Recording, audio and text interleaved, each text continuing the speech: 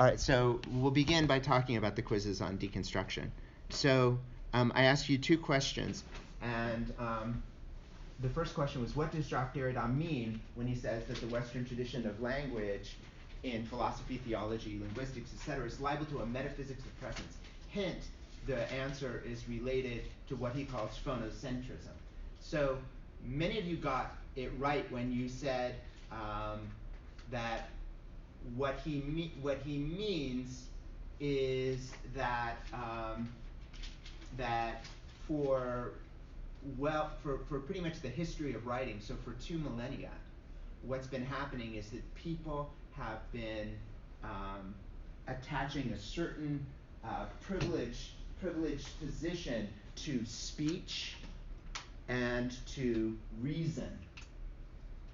And he's saying that what we're coming to understand is that partly because of this, the problem of matching up the signifier and the signified, but also partly due to things we'll learn and talk about today in terms of unconscious motivations, etc., that they don't really match up. And in fact, writing is in some sense true or better, whatever. So the metaphysics of presence is this idea that there is a pure form of communication. That there is a pure form of communication. Like when you speak to me, you're speaking from your heart. And he's saying that's the problem, metaphysics of presence, okay? So some of you said things like, what he means is that writing is prior or above language, and I said yes, that's true. But what he really actually says is that writing is that language is a species of writing. Everything is writing. So nothing is pure. Everything is writing. Do you see how that works? Nothing is pure. It's all writing from the get-go. Any questions about that? Okay. If you said something, as some of you did, said something like, well, what he's getting at is that there are lots of different points of view, and everybody's going to read a text differently, so you can't argue that there's one meaning to the text. There's some truth to that, obviously, that's true. But you don't need deconstruction to say that. Do you see what I'm saying? You could say that without deconstruction. You could just say, as you would, like as we say all the time, I don't like Shakespeare. You like Shakespeare. Why is Shakespeare so great? You know what I'm saying? You don't have to. Somebody from a different culture might not even appreciate Beethoven. Might think it sounds awful. So why should we think that that's better than anything else? But you don't need deconstruction to do it. You do need deconstruction to be able to understand that everything is writing and nothing is pure. That's a different position. Do you see? Nothing is pure. This question about Barth, similar situation. Many of you said when he says the text is plural, he means that there's 1,000 different interpretations from 1,000 different people, because we all read it differently because we all have histories. Again, that's true, but that's not a deconstructive answer. The deconstructive answer would mean that the text itself is unstable. The text itself is unstable, and he thinks that's a great thing, because then it authorizes us to have those different readings. You see what I'm saying? And in some sense, the thing that unifies us is that we share in our many meanings and our pluralities. So the text is plural, we are plural, the author was plural. It's all plurality all the way down. Does that clear? Is that better? I mean, I hope so. When you get that, I left your quizzes in my office. I'm sorry about that. And so I will hand them back next time. But I've already put the grades up. You all got like B's mostly, I think. And I wrote little things on there. But I just wanted to go over that so you get it. So again, for Derrida, the question is not so much, the metaphysics of presence is really his way of describing a really a kind of almost rigid way of understanding presence. So presence is connected to God, the Father, all things, authority, the state, etc. And play and writing is is free in a certain sense, autonomous, free from those constraints, and that he says we're moving from a metaphysics of presence to a deconstructive way of writing. Okay? I hope that's clear. I hope it is. If not, it will become more clear. Honestly, I walked around with my head in a muddle over deconstruction for years. So it takes a while to get. And Derrida is, again, a wonderful writer, and that's the other thing to get, is that he performs in his writing what he wants you to get.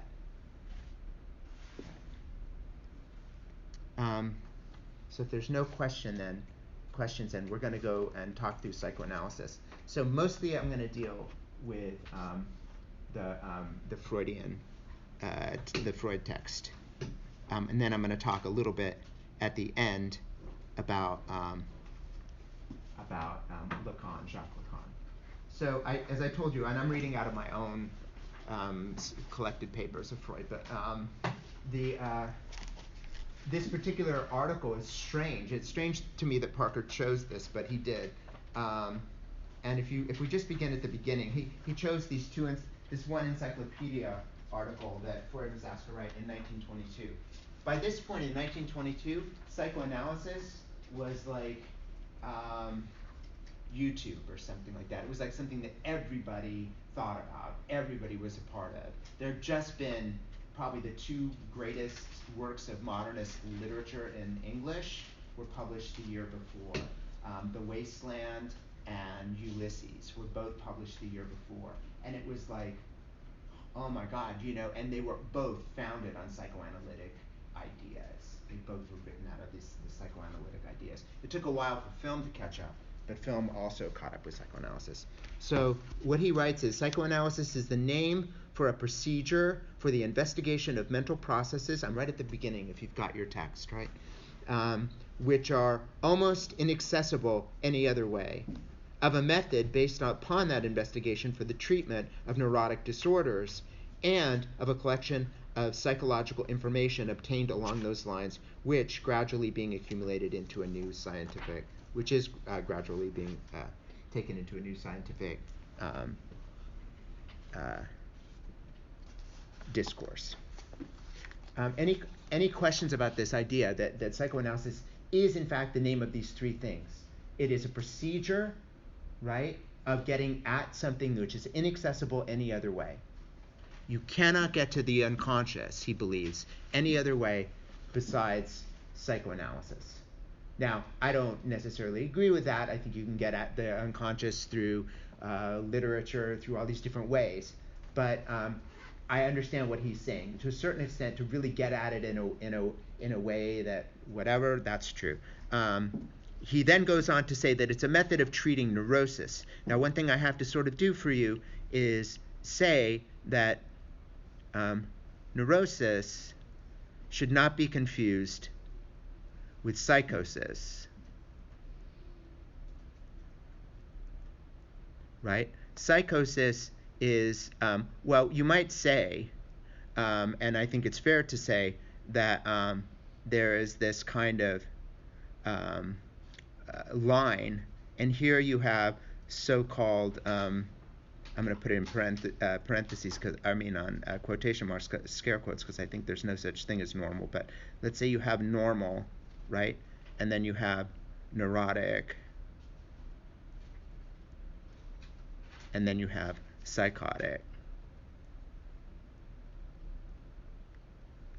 That this is more of a kind of spectrum than an absolute thing, right? Freud writes this over and over again, that it's like a certain quantity becomes a qualitative difference. If you have so much unreality in your life, you have a psychic break and you become psychotic. then we're talking about schizophrenia, et cetera, all these different things. Now, I don't think this has been disproven by brain science or by the cognitive turn. I think it's pretty much true. It has not been disproven. And in fact, we see that people can come back from here, from psychosis. They can come back from schizophrenia, even without drugs. Drugs help, for sure. But what I want to say is that Freud did not treat psychotic patients. He thought you couldn't treat them. Other psychoanalysts have treated psychotic patients with success. So again, to go back to your book tells you about the formation of things. Freud was originally working as a biologist. He was interested mostly in biology. And that comes up again later in his writing. You'll see he kind of returns to a biological understanding of the human. But he begins there, and then he gets interested in psychological issues, symptoms, and their connection to these biological problems. And he goes and he studies with someone named Charcot in Paris. And Charcot had a clinic where he was trading. Don't worry about writing all this stuff down because it'll be there, and it's in your text too. I took this all directly. I just went through my text after I read it through again, and I just wrote these down. So just try to listen to this part because it's kind of important. He's working with Charcot, and Charcot is treating people that largely women, almost entirely women, who had what at the term was called hysteria. The question is how, and these women were suffering, it's true they were suffering, so how to treat them and whatever. And Charcot had a lot of interesting ideas about it, including that unlike, and this is very, very important, so see if you can understand this. Unlike an understanding of like, oh, what's wrong with you is you have a neurological disorder and there's nothing we can do except treat you with these different medicines and get you better through these medicines and rest. That's all we can do. Charcot understood that this symptom was maybe connected to an actual experience. That you're having a symptom which is actually reflecting an actual thing that happened in your life, a trauma, a pain, an unresolved conflict. You see how different that is? That's ginormous. It's a ginormous step. And Freud was like, oh my God. And he went back and he began to treat hysterical women. At first he was doing hypnosis, because hypnosis was the big thing, and it worked. It actually worked. But there were problems there, because you really, really didn't know when someone is in a hypnotic state whether what they were telling you was really where it was connected. There's a lot of I'm gonna say something and then I'm not gonna talk about it again. There's something called the seduction theory that Freud believed in a lot in the 1890s, and then he moved away from. And the seduction theory is that a lot of the symptoms you see in women later is actually due to the fact that they were sexually molested when they were children. Either sexually molested, or the other part, I think this is probably more common, they were confused about sexual things that happened, and they were maybe had a seductive parent in some sort of way, right? So that's the theory.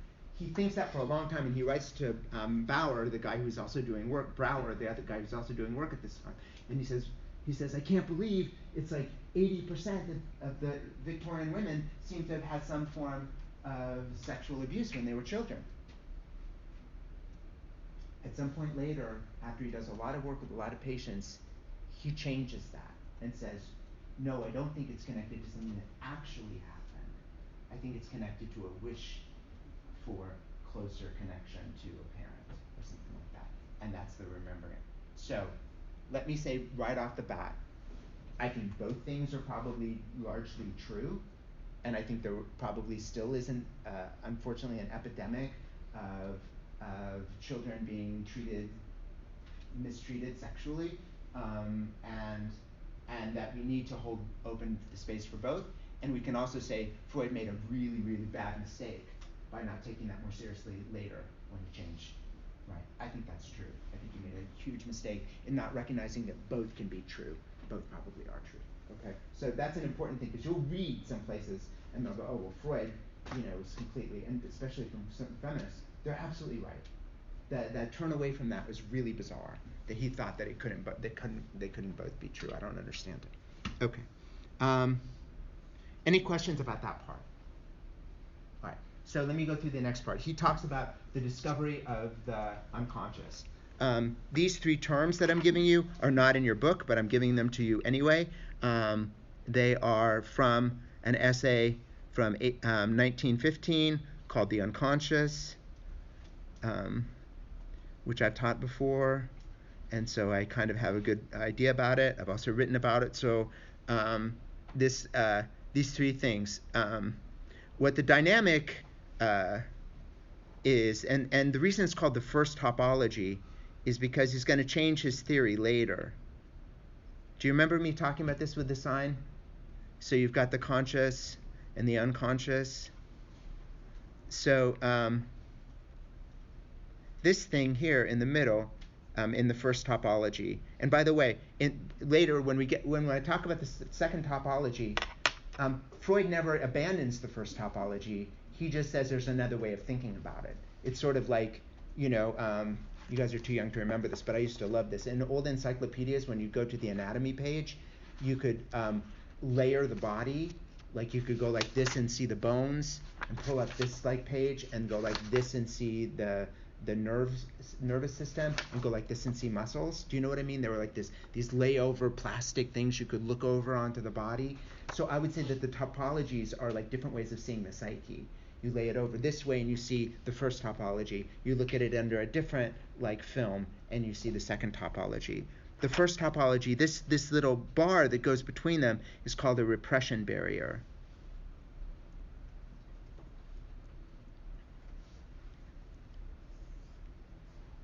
So how do you think the repression barrier works?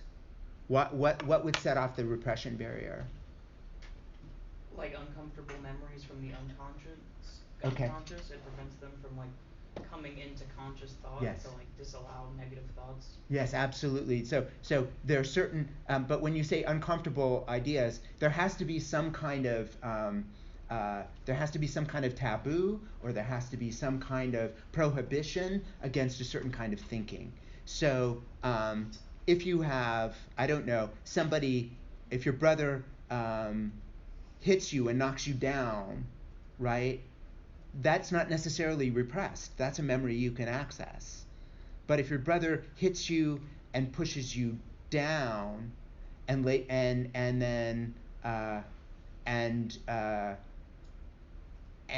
later for some reason that memory, I don't know, your brother then dies in a horrible car crash, you may not be able to remember how angry you were about that, and all that anger that you had, because you're not allowed to be angry at somebody who died in such a horrible way, could be repressed. All right. Everything that is repressed, the dynamic unconscious says that if I pour water into this cup, if I pour enough water into this cup, it will overflow. It will displace what's here into here. So it has to become conscious. All the material here becomes conscious, but it never becomes conscious in the form that it actually is in. That's what a symptom is. So you have this repression barrier, but things still get through, but they get through differently.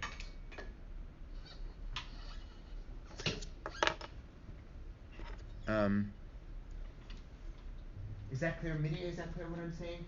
So say it back to me, so I know you get it. The conscious and the conscious, and the repression barrier is like memories that you bring back from something in the past. Right. And when I said that it all has to become conscious, but when it becomes conscious, or it all has to become It all has to take some form. It can't stay in the unconscious necessarily. It's always trying to work out because of this dynamic kind of flow.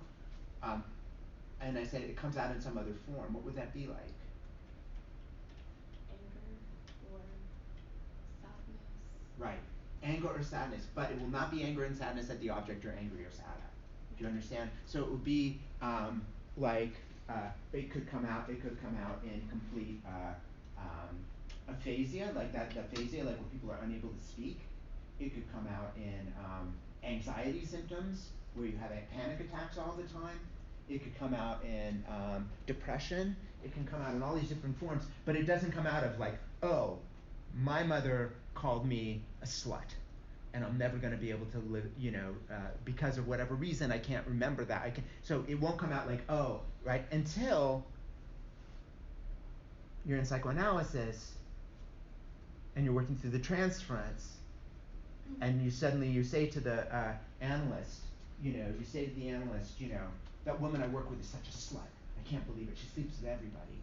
Blah blah blah blah blah. And your analyst says, I noticed you used a strange word right there. And you're like, what word? Slut. You've never used that word before. And is she really a slut? She's only had like 2 partners in the time you've known. Well, I don't know. What does that word remind you of, right? You see what I mean? And you start down this track, and then it just suddenly, like, you're ready at that moment, and boom, it comes out, and you understand it. It comes to consciousness. All right? This is the theory. There's also other stuff in here, in the unconscious. There's stuff that's not repressed. That stuff that's not repressed are drives, and I'll come to them in a minute, and also just ideas or unrepressed stuff that you don't need. Like, I don't remember that house necessarily. I don't because you only have so much, right? And it's unconscious. It can become conscious, right? So, why couldn't regular cognitive dissonance or, anything cause, a repression barrier, any idea that would be, uncomfortable for the person to... It can. It can. It doesn't have to come from that kind of taboo. It can come from, I had this idea of myself as a real man's man, but, I have this love of musicals, and I like to go to musicals, and, and so I don't really own that, and so it becomes my own sort of situation. But when we're talking about deep structural stuff that you continue, and we'll come back to this in a minute, the idea of these kinds of psychological disorders is the way that they come up mostly is in repetitions. What do I mean by a repetition? I mean you constantly do the same thing every semester. I say, this semester I'm going to do all my reading right up front. I'm not going to fall behind. I'm not going to be playing video games when I know I should be reading my material. And every semester you do the same thing. And you get really upset, and you're like, I'm hurting myself. Why am I doing this, right? And then you might find out that this repetition is connected to some kind of unconscious material. And you might be able to work through it at some level, and then be able to say, oh, I worked through this material, and I come back and I can now do my reading and not be driven by something, this symptom, this behavior that's a repetition. I always choose the same kind of person. Why do I always choose the same kind of person who's going to treat me in the same way? What is behind this repetition? And you can, right?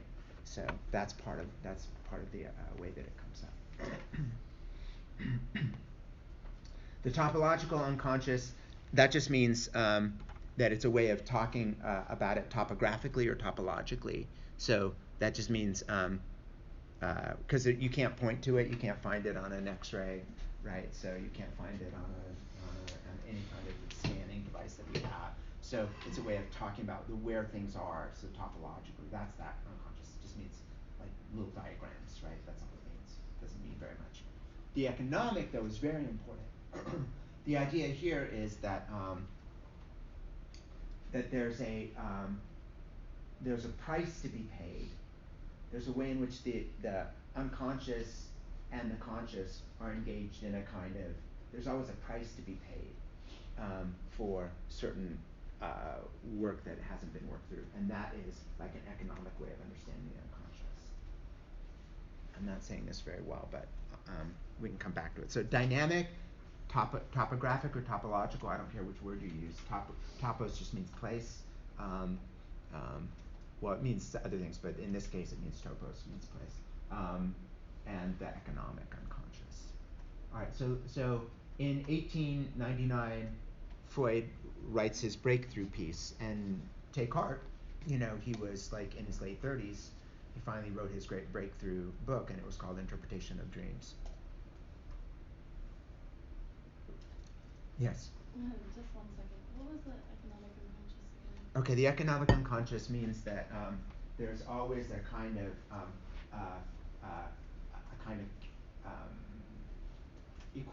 equivalence problem, like you can understand it as something having to rush up and a dynamic thing, or you can understand it as an economic thing. The unconscious says, you owe me this amount of whatevers. There's a kind of way in which you can understand it economically. That's what he means by that, okay? So don't worry too much about that, but just understand that he thought of it in those terms. Let's see if he says anything about the economic aspect. I don't think he does.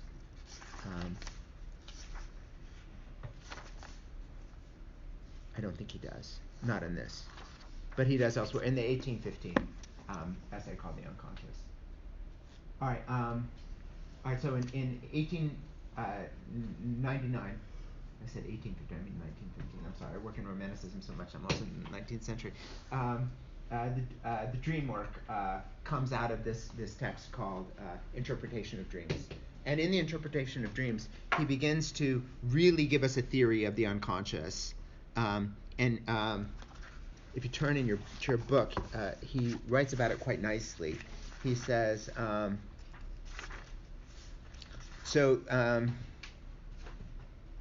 he calls, I don't know what page it's on. Can somebody tell me what page it's on where he says the interpretation of dreams? 185. What is it? 185. 185.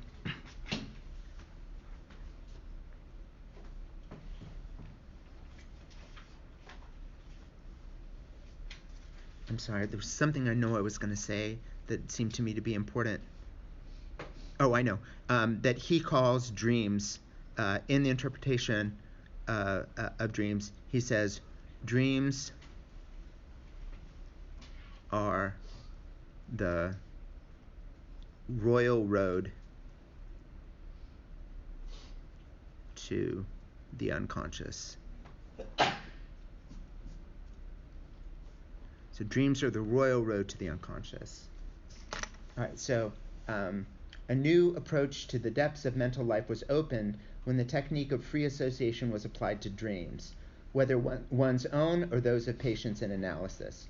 In fact, the greater and better part of what we know about the processes of the unconscious levels of the mind is derived from the interpretation of dreams. Psychoanalysis has restored to dreams the importance which was generally ascribed to them in ancient times, but it treats them differently. It does not rely upon the cleverness of the dream interpreter, but for the most part, the task is handed over to the dreamer, him or herself, by asking them for their associations to the separate elements of the dream. By pursuing these associations further, we obtain knowledge of thoughts which coincide entirely with the dream, but which can be recognized up to a certain point as genuinely and completely intelligible portions of waking mental activity. Thus, the recollected dream emerges as the manifest dream content in contrast to the latent dream thoughts discovered by interpretation. So you always have this manifest thing, which is the dream, and then you have the latent material, which is the interpretation of the dream. Do you remember me talking about metaphor? Way back when I said metaphor, like in one of our early classes, I said metaphor has two parts. It has the tenor and the vehicle. The tenor is what the metaphor is. So if I say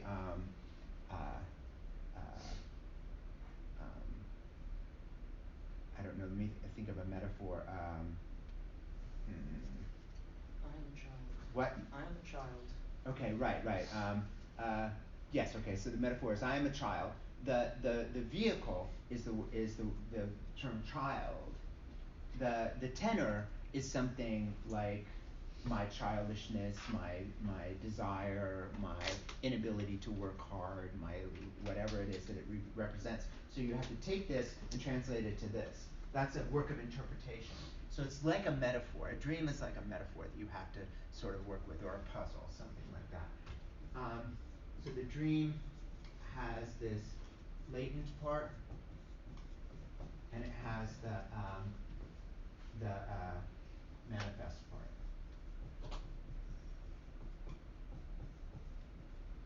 So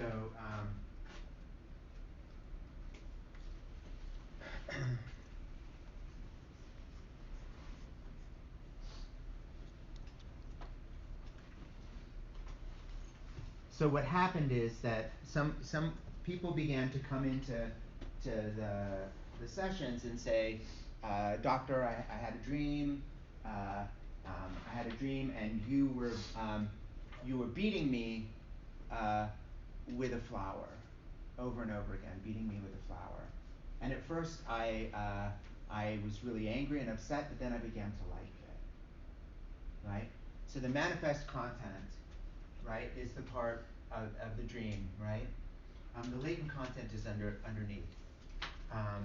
What Freud says later in that great book, The Interpretation of the Dreams, is he says, in fact, it is the dream report that we are analyzing, not the dream.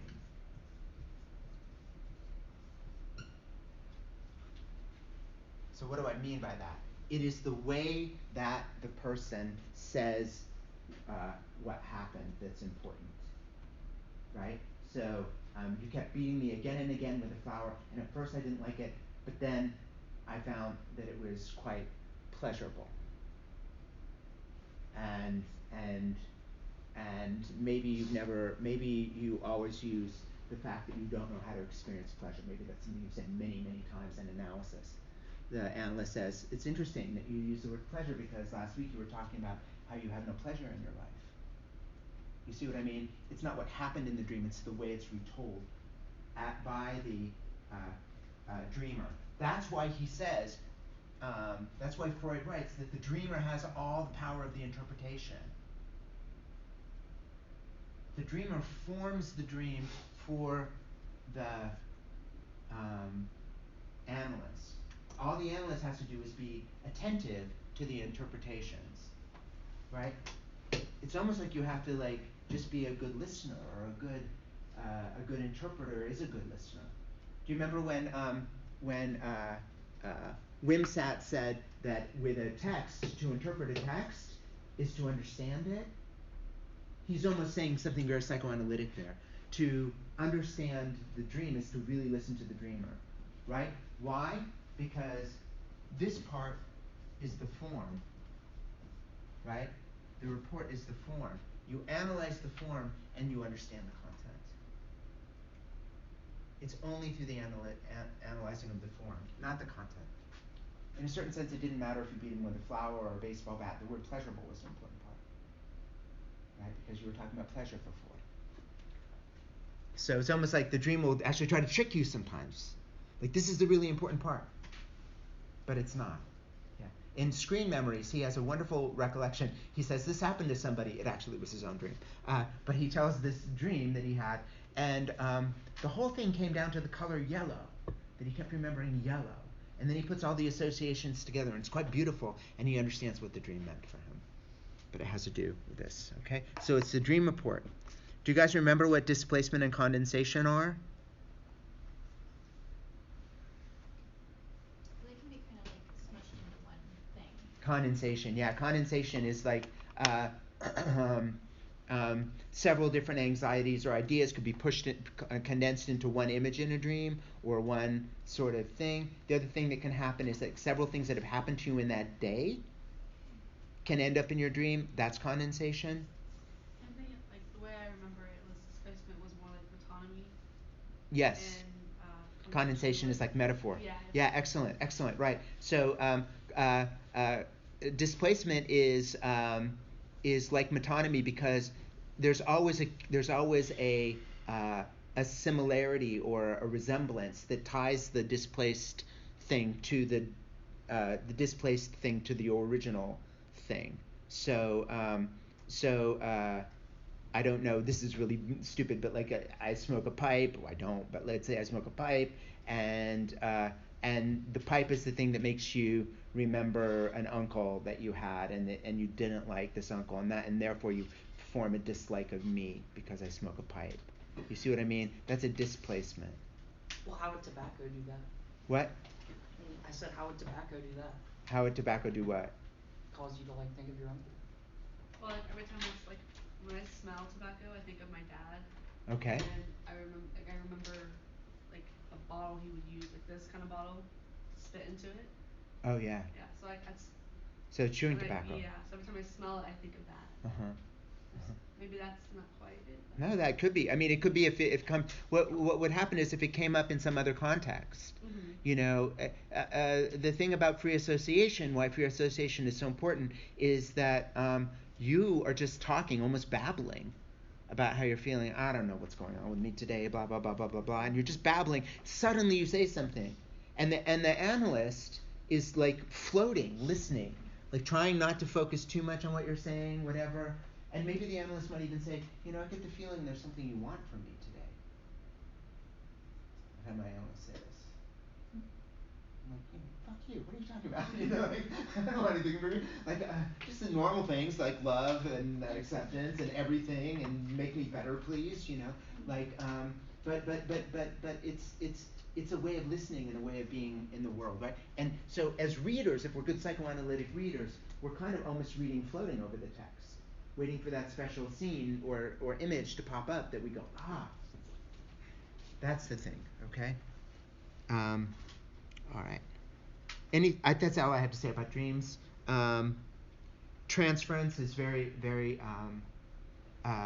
very important, but I kind of explained it before. So when transference first happens for Freud, he thinks it's really a problem, and we have to get rid of it. So he says to the patient,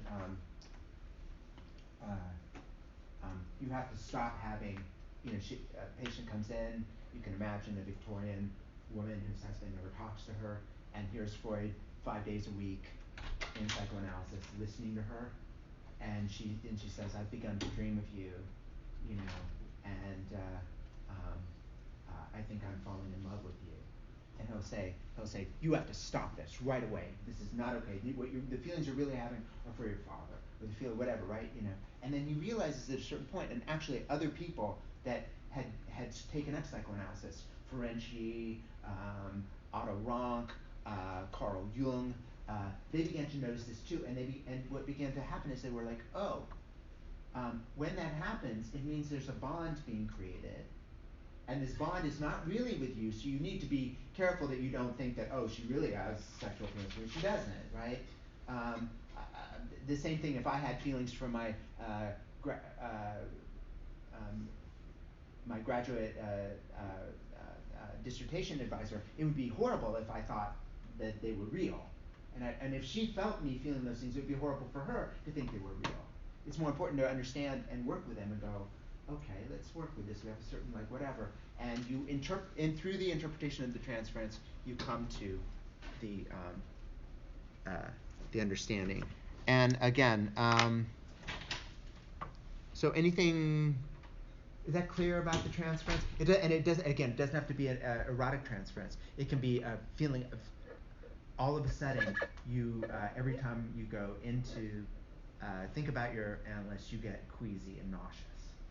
It's another kind of transference, right? There's something there that you've transferred from an original object to this object. Okay, so objects. Let's talk about objects for a second. A compulsion to repeat is often the inability to deal with a primary object. So what happens is that that object gets kind of stuck and you end up repeating over and over again. And by object, we might mean a person, but we might also mean a place or a situation. It could be any of these things. And there's a school of psychoanalysis called object relations that deals with this very much. But you have the primary object, and what happens is, in order to break this pattern, you need to be able to accept the loss of the original object and move on to the other object. So who has fallen in love in here? Anybody? All right. Okay. All right. So you fall in love, and you end that relationship, or it ends. The person breaks up with you, or you break up with the person, or they move away, or they die, or whatever it is, right? And you cannot move on. All I think about is that person. That's all that happens, right? At a certain point, if it's been 2 years, you might say, well, that's okay. Maybe you're still in mourning, whatever. But if it's like 5 years, 10 years, then you're sort of in this place of what Freud calls melancholia. And when you're in that stage of melancholia, you need to learn to somehow let go of that original object and move on to another object. But you're caught up in a compulsion to repeat. Right? So you're repeating the loss of the object over and over and over again. It's like the person didn't die just once, the person dies every day I wake up, and my feelings are just as strong as on the day the person died, rather than the feeling lessening, and then I'm ready to move on. Maybe you feel like maybe it would be wrong to move on. Maybe it would feel like I'm not being true to that, whatever it is. You see what I'm saying? But at a certain point, you transfer your, what Freud calls libido or energy, from this object to another object. And sometimes it's very subtle. Like, suddenly this person that's been really, really depressed says, you know what? I bought a mandolin. Really? I'm learning to play. Wow. I bring the mandolin to the party. I play the mandolin at the party. I'm starting to, you see what I mean? Transferred all that energy to the mandolin. And it becomes the wonderful object which allows you then to move on. So Freud says that this is part of the work as well. Drives, I'm not going to go into too much because we just don't have time. But there's the life instinct, there's the sort of pleasure instinct or the pleasure principle, and then later on, around the time that he writes this article, in fact, he writes a text called Beyond the Pleasure Principle when he first talks about the death drive. But we just don't have time to go into this. If you want to talk to me about this, it's really fascinating, important stuff, but we just don't have time. The second topology, this is the one you might even be more familiar with. He comes up with this in the 1920s, and he does because he's having problems understanding the way that some people seem to have this really intense, harsh, critical voice. And it won't go anywhere, and he doesn't understand why it is, why people are so mean to themselves, right? And he begins to understand that there is an ego, a superego, and what he calls the id, which is the child part. This is the second topology, the ego, the superego, and the id. What you understand when you think about this a little bit is that there's a place of crossover in each of these, so that there's a bit of id in the ego. The id is the child part, the pleasure part, the part that just wants to eat ice cream all day long, or just wants to do whatever it wants to do for pleasure all day long. Smoke weed all day long. I don't know what it is. Whatever it is your pleasure thing is, right? It just wants to do that all day long, right? And there's part of it in the ego, but there's part of it also that's not in the control of the ego. You don't have control of it. You don't understand it. You don't understand your desires. They motivate you. Sometimes the id, And then he said, at one point, he said, where id is, ego shall master, ego shall come over, right? So ego should do it. The superego is in some sense your conscience, but it's also like your critical parent. So you can think of it in both ways. It's your conscience and your critical parent. And it probably takes both forms. And the trick is how to hold on to your conscience while still getting rid of your critical parent. Because the critical parent just wants you to be miserable. Right? I'm not saying you're a parent, I'm saying the internalized part of you, right? tells you I'm not doing enough, I'm never doing enough, it's not good enough. I'm not gonna play piano because I can't get that one scale. I'm gonna give up, right? And if you're in your id, then you're like my son, kind of, right now, stuck with YouTube and trap rap and lifting weights and weed. We're a big cycle, right? Beautiful, wonderful kid. I love him to death, but like he's really in this space, right? Breaking out of a little bit, maybe. But okay. Oh, great! I recorded that. All right. Let's move on. Then metapsychology. Don't worry about it. It's just the way in which Freud applies psychoanalytic principles to culture and society. So you want to know who's the first psychoanalytic critic that used psychoanalysis to interpret culture, literature, or whatever? It was Freud himself. So he writes a book called Moses and Monotheism. He writes another, so he is already doing it himself. He writes a book called Civilization and Its Discontents, in which he talks about fascism. He's already doing it himself. He's understanding society as having these same neurotic tendencies as individuals. Because as a collective, we have a kind of id, right? Like the kind of, and I'm talking about a dark id, right? Like the kind of id that would neo-Nazi id, right? As a society that exists, right? And the overabundance of this often happens because you have an overabundance of this.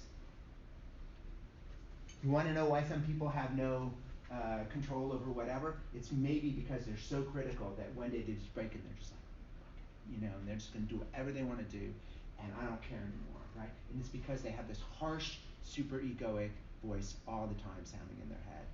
A parent that just was like, you're not good enough, you're not good enough, you're not good enough, you're not good enough. It's like, screw you. Right? I'll show you, right? And it's the other side. Okay. So metapsychology is just the transferring these ideas to other things. Any questions about this at all? Okay.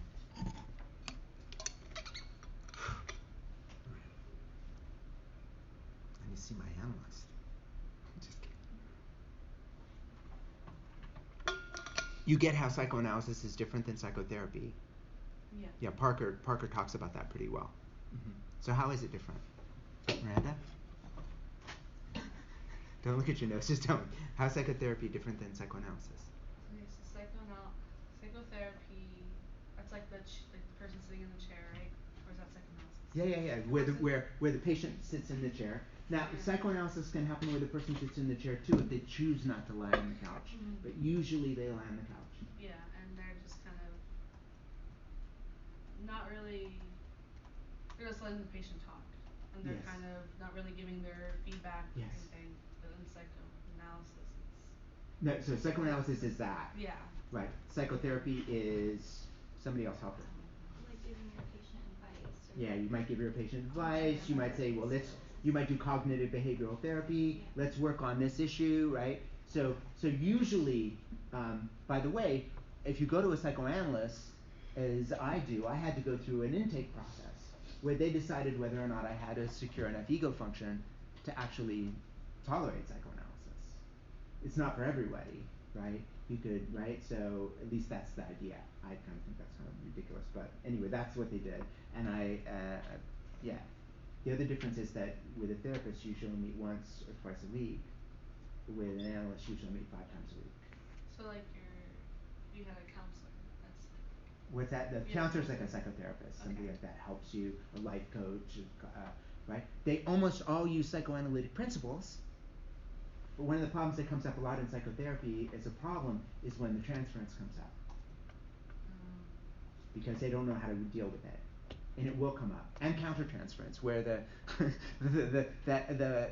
every time the therapist says, I want to throw this person out the window every time they come into the office, like I can't stand this. I had a analyst tell me that once, who was not my analyst, but he said like, oh God, we were having coffee after one of the sessions, and he was like, oh my God, I want to throw this person out the window, every time they come in. I have this fantasy. I'm like, what? He goes, this is good. No, I'm working with it. It's a countertransference. That's Trying to understand it.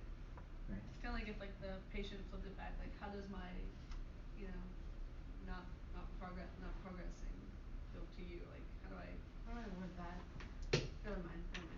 Well, it is very true that we can make other people feel certain ways on purpose, almost. Like we can almost make you feel a certain way on purpose.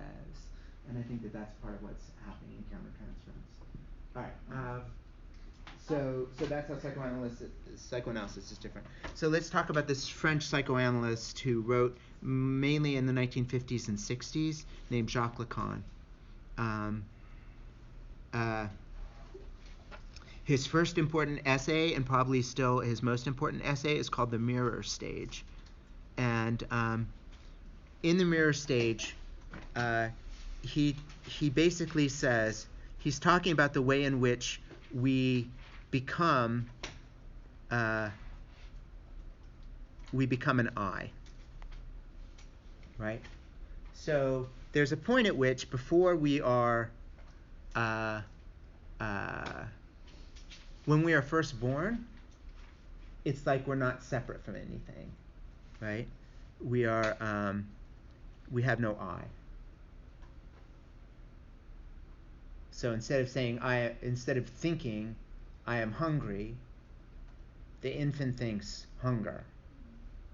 The infant feels hunger, doesn't even think, you know what I'm saying? Just feels hunger. It doesn't have an I. It doesn't recognize where it begins and where the world ends. So Lacan writes about, after he spent some clinical work, it's the only clinical work he ever did besides seeing patients. He did some clinical work in a mental institution, and he writes this really wonderful essay called The Mirror Stage. And the idea is that the I comes about when the toddler sees itself in a mirror, sees itself reflected. And his wonderful understanding is that what happens when we do that is that we actually misrecognize ourselves. We never see ourselves completely because we can't. We can only see ourselves in a mirror. And for Lacan, this is a metaphor for this kind of loss that is at the center of our subjectivity. Language is the same problem. If I say, my name is David, that tells you absolutely nothing, right? But it's the best I have. Or I'm a professor of romanticism. That says nothing really about who I am. I low-key hate parts of romanticism. You know, it doesn't tell you anything about who I really am. If I say I am a father, it doesn't really tell you anything, right? So I'm always misrecognized, and I'm always decentered, because I recognize myself as that thing over there. In the mirror, I'm saying. When I look in the mirror, I'm thinking of myself as that thing over there. Right? It's never a true me. I can never really see myself. I almost can't really experience myself. And truly, in a certain sense, we don't exist until we exist for someone else. So this is his understanding of the mirror stage. So this, and he talks about the sliding of the signifier, signified under the signifier. And it begins with this initial misrecognition. Yes? Can you elaborate more on we don't truly exist until we exist to someone else? We've talked about it before.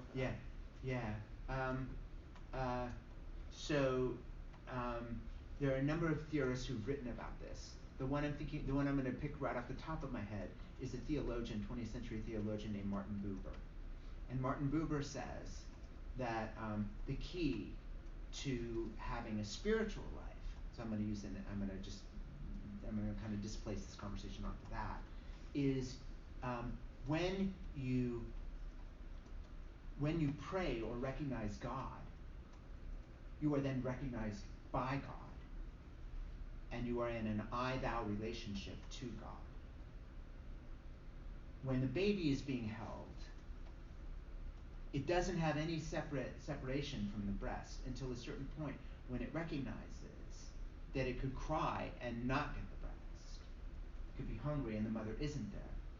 The mother's job, in fact, from a psychoanalytic point of view, is to disappoint the child, but to do it super slowly, like in little bits, so the child learns to tolerate not having the mother there. So the child only really exists when it's recognized by the mother, right? that's the other thing, is we talk about mirror neurons. We have like we've understood this on a cognitive brain level, that if you, with an infant, if you play with the infant and you repeat sounds with the infant cognitively has these leaps and bounds that it doesn't have if it's left alone in front of a television. That these mirror neurons fire.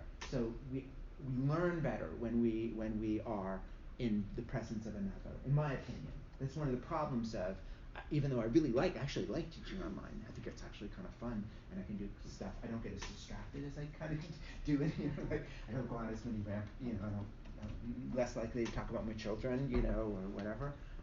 But it's not the same. There's something about the I-thou relationship. That's the argument anyway. And the misrecognition, I think, is right. The minute I say I am I, that's a misrecognition. Because what am I saying? I am the I that just said I am I? Because I'm already different. You know what I mean? I'm kind of like, it's a misrecognition of our subjectivity. And that's the best we get, though. The best we get. I can say I'm male, I can say I'm white, I can say I'm half Jewish. None of it seems to make any difference. I'm bald. Doesn't seem to make a big difference. Doesn't really get at it. Is that helpful, Cameron? Kinda, yeah. Yeah. So when the other recognizes us, and when we recognize the other, then they begin to exist as another. And when we are able to learn to live, so psychoanalysis is a very interesting discipline. Freud says you don't come to psychoanalysis to get happy. You come in psychoanalysis, you trade the misery of your neurosis for ordinary, everyday unhappiness. You trade the misery for everyday. And the reason he doesn't want to offer this transcendent thing in the sky is it becomes another false image for you to chase. I'm cured, I'm better now. He basically understands psychoanalysis as interminable. That's what he says at a certain point. It's interminable, which means it goes on and on and on and on until you die. But the good news is you get to have everyday unhappiness and happiness, whereas before you just had misery. Now you get to have happiness and unhappiness because you learn to tolerate disappointment.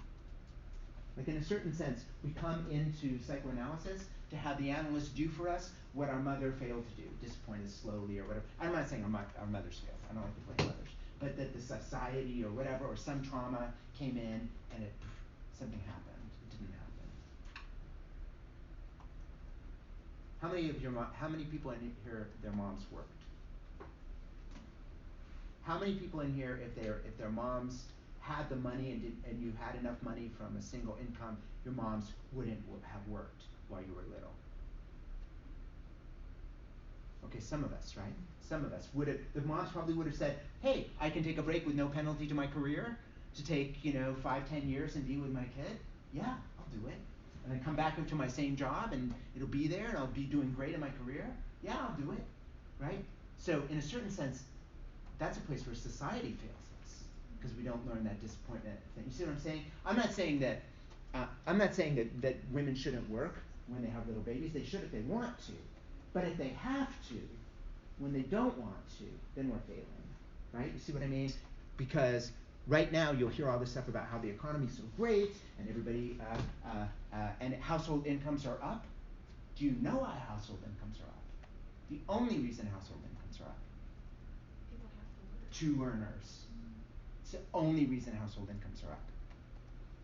Individual incomes are down or flat.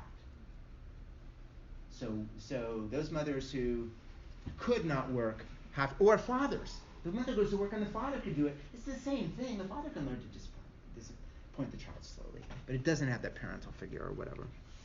And we don't have universal health care or daycare, and blah, blah, blah, blah. We're out of time. I've talked too much about politics. I will do this at the beginning of next class. I'm so sorry. I love you all. I'll see you later. Bye.